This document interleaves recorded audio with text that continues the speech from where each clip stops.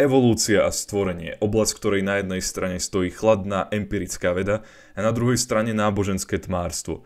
Nuž, tak nejak si to bohužiaľ predstavuje množstvo ľudí. A množstvo ľudí považuje práve otázku stvorenia a evolúcie za oblasť, kde sa najviac ukazuje nejaká averzia náboženstvu voči vede.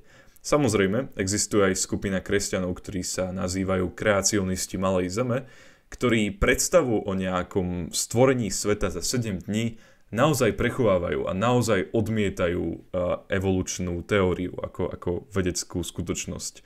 Práve tejto skupinke kresťanov sa veľmi často venujú médiá, práve tejto názorovej pozícii sa venuje tá pozornosť vo verejnej polemike jednoducho kvôli tomu, že je to napínavé, je to zábavné sledovať, ako na jednej strane stojí veda a na druhej strane existujú nejakí ľudia, ktorí si stojí, čo stojí, zastávajú niečo, čo čítali v nejakej knihe. Tak teda ten súboj vníma okolitý svet.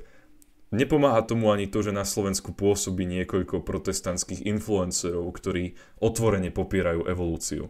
Avšak katolícka cirkev možnosť evolúcie nikdy neodmietla. Nikdy teóriu evolúcie neodvrhla ako nejakú herézu, ktorá nie je stotožniteľná s kresťanským pohľadom na svet.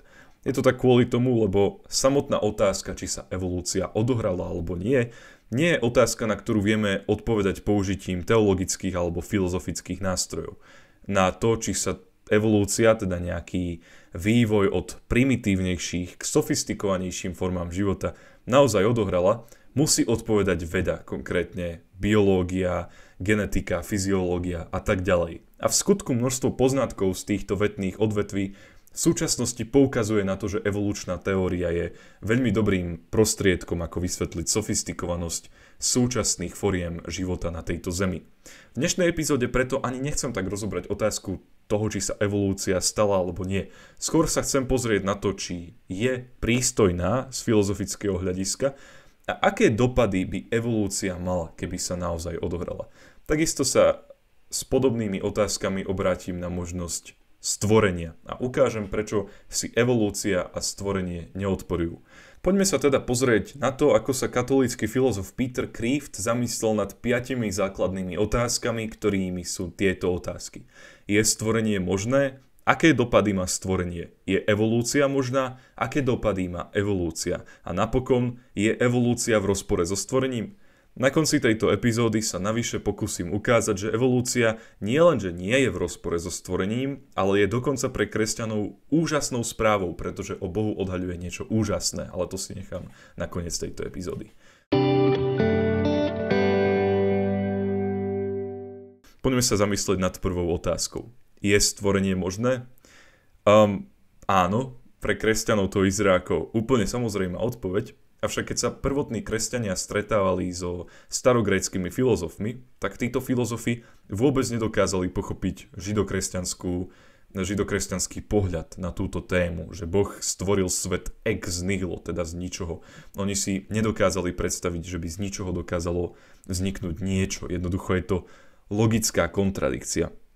Avšak spôsob, akými raní kresťania správne reagovali na tieto starogrécke námietky, bolo to, že poukázali na to, že transcendentný tvorca vesmíru nemôže byť viazaný konečnými pravidlami toho samotného vesmíru. Teda tí Gréci mali problém s pochopením toho konceptu ex nihilo kvôli tomu, že si ho predstavovali vnútri toho fyzického vesmíru s jeho pravidlami, ktorý Boh stvoril. Avšak týmito pravidlami nemôže byť obmedzený Boh, ktorý ten vesmír stvoril a ktorý teda stojí nad ním. Pre lepšie pochopenie toho, prečo Boh existuje, prečo Boh stvoril svet a prečo je Boh transcendentný, odporúčam prvú a druhú epizódu tejto série, teda epizódu o Božej existencii a epizódu o Božích vlastnostiach. My sa presuňme k ďalšej otázke, ktorou je otázka o dopadoch alebo implikáciách existencie stvorenia. Pokiaľ Boh naozaj stvoril vesmír, katolícky filozof Peter Kreeft poukazuje na to, že to o ňom odhaľuje nasledovné skutočnosti. Po prvé, Boh je nekonečne mocný, po druhé, Boh je nesmierne inteligentný, po tretie, Boh je skvelý umelec a po štvrté, je veľmi štedrý, keďže nekonečná bytosť nepotrebuje navyše nič ku svojmu šťastiu. Existencia stvorenia nám navyše hovorí niečo aj o samotnom vesmíre. A pokiaľ ho stvoril Boh, tak je pochopiteľný, pretože ho stvorila inteligencia, preto nie je náhoda, že súčasná vedecká metóda vznikla na západe a nie v nejakých panteistických spoločnostiach, ktoré si mysleli, že Boh je priamo v tých veciach, ktoré stvoril. Po druhé, hovorí to, že vesmír je dobrý, keďže Boh by nemohol priamo stvoriť nič, čo je zlé, a preto kresťanstvo vždy odmietalo filozofie, napríklad manicheizmus, ktoré tvrdili, že samotná hmota je zlá. A po tretie, vesmír je skutočný, čím sa líši od množstva filozofií, ktoré tvrdili, že fyzický svet je len nejakým preludom. Stvorenie nám však hovorí aj niečo o nás samých. Teda konkrétne to, že poprvé nemáme žiadnu moc nad Bohom, keďže nás stvoril. Po druhé, náš život má zmysel, keďže nie sme iba dôsledkom slepej náhody. A po tretie, Bohu vďačíme úplne za všetko v našich životoch.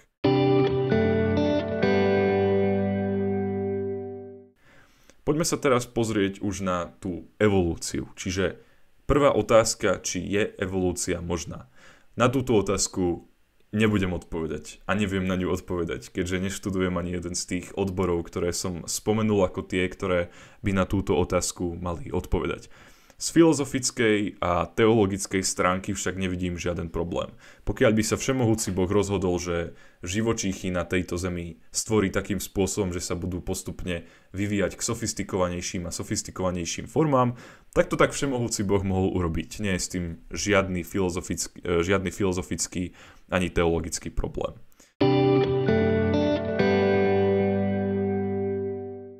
A potom sa však môžeme zamyslieť nad dopadmi tejto evolúcie. Pretože práve tento bod je ten, ktorý je taký najkontroverznejší a pri ktorom sa vás množstvo ľudí pokusí presvedčiť, že keďže existuje evolúcia, tak my vlastne Pána Boha už ani nejako nepotrebujeme.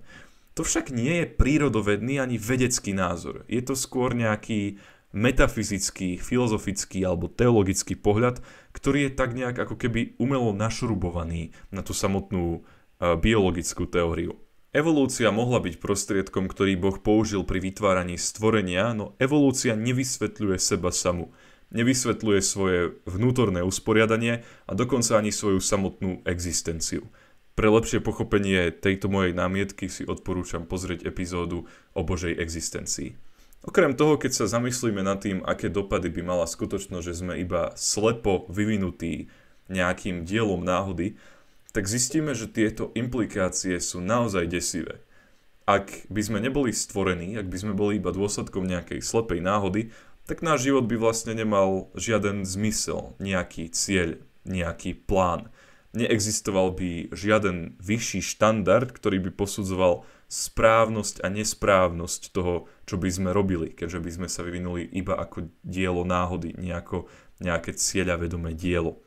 V takomto vesmíre, v ktorom by sme boli iba dielom náhody, by s jediným zmyslom a hodnotami boli tie, ktoré by sme si sami vytvorili. Čo znamená, že v takomto vesmíre by bolo úplne rovnako morálne byť Adolfom Hitlerom a byť Matkou Terezou.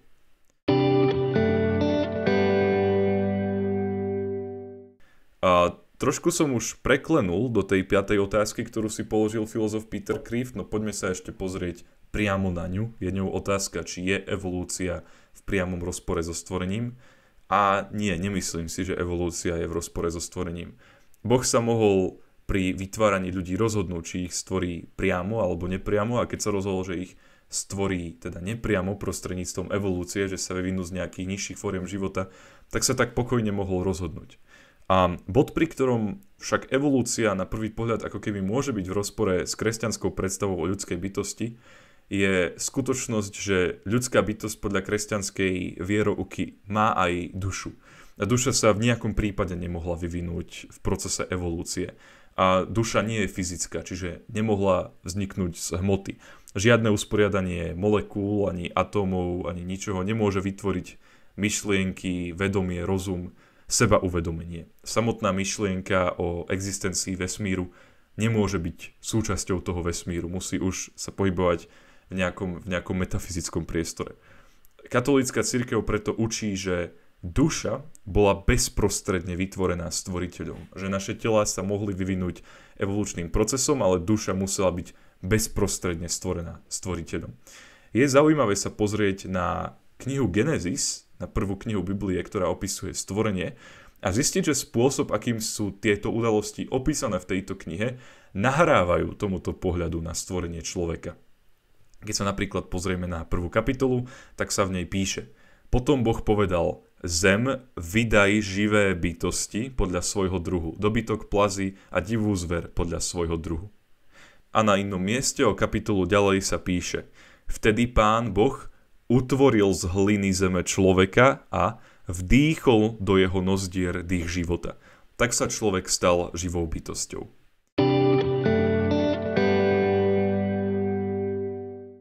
A keď som vám na začiatku tejto epizódy hovoril, že evolúcia je pre katolíkov vlastne dobrou správou, nie zlou správou, tak tu by som rád použil myšlienku molekulárneho biológa a zároveň katolíckeho kňaza Nikanora Austriakova, ktorý vo svojej eseji vyjadril myšlienku, že evolúcia poukazuje na Božiu moc a Božiu veľkosť ešte viac ako to, keby stvorenie stvoril priamo. A je to tak kvôli tomu, že samozrejme Boh nás mohol stvoriť aj priamo, keďže vieme, že Boh je všemohúci a neobmedzený, tak sa aj mohol rozhodnúť, že proste len luskne prstom a zrazu sa na zemi objavia ľudia. Ale keď sa pozrieme na to, ako funguje množstvo vecí okolo nás, tak zistíme, že v mnohých oblastiach nášho života by to takto mohol fungovať. Že Boh by sa mohol rozhodnúť, že luskne a objavia sa noví ľudia. Avšak nie, on sa rozhodne do tohto procesu vytvárania nových ľudí zapojiť spojenie muža a ženy. Alebo by sa Boh mohol rozhodnúť, že len na niekoho fúkne a tí ľudia sa vyzdravia zo svojich chorôb. Ale nie, on sa rozhodol zapojiť nemocnice, lekárov a tak ďalej a tak ďalej. Jednoducho, Boh niekedy koná skrze nás ako ľudí. A stredoveký filozof Tomáš Akvinský uvádza, že Boh takto dáva svojmu stvorenstvu podiel na svojej kauzalite a tým odhaľuje svoju moc. Povedané trošku zrozumiteľnejším jazykom, keď si to povieme v takej nejakej analógii, tak si predstavte učiteľa, ktorý všetky príklady vypočíta za žiaka. Jednoducho, žiak má nejaký problém s matematickými príkladmi, tak k nemu učiteľ príde a vypočíta všetko za ňo.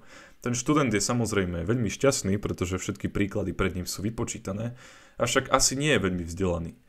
A na druhej strane si predstavme učiteľa, ktorý žiakovi ukáže, ako sa má daný príklad vypočítať, pomáha mu doladiť nejaké chyby a na konci dňa je ten študent schopný vypočítať ten daný príklad. A asi sa zhodneme na tom, že ten druhý učiteľ je lepší a svojím spôsobom mocnejší ako ten prvý učiteľ, ktorý všetko spravil za samotného žiaka. A podobne funguje aj Boh. Boh teda evolúciou, ktorá je dôsledkom iných príčin vnútri prírody, ktorú Boh stvoril, svoju moc v skutočnosti odhaľuje oveľa viac, ako by ho odhalil priamým stvorením. Došli sme na koniec prvej série tejto apologetickej série, ktorú som začal natáčať. A pokiaľ sa vyskytnú ešte nejaké zaujímavé témy alebo otázky, ktorým by som sa mohol povenovať z toho apologetického uhla pohľadu, tak by som sa im určite povenoval. Ale otázky, ktorým som sa venoval v doterajších epizódach, mi prišli ako také úplne najzákladnejšie otázky, na ktoré bolo potrebné odpovedať z toho apologetického uhla pohľadu, že to bola taká kresťanská apologetika 101. Tak pokiaľ sa ešte niekedy v budúcnosti uvidíme, tak sa na vás teším. Aj keby sme sa už nestretli v takomto apologetickom nastavení, tak by som bol rád, keby ste dali odber tomuto kanálu, pretože na ňom niekedy nájdete sociálne alebo politické komentáre, ku ktorým sa tiež snažím pristupovať z toho kresťanského uhla pohľadu s prirodzeným zákonom a podobne. A každopádne dúfam, že sa uvidíme pri čomkoľvek, čo budeme v budúcnosti podnikať. Takže dovidenia.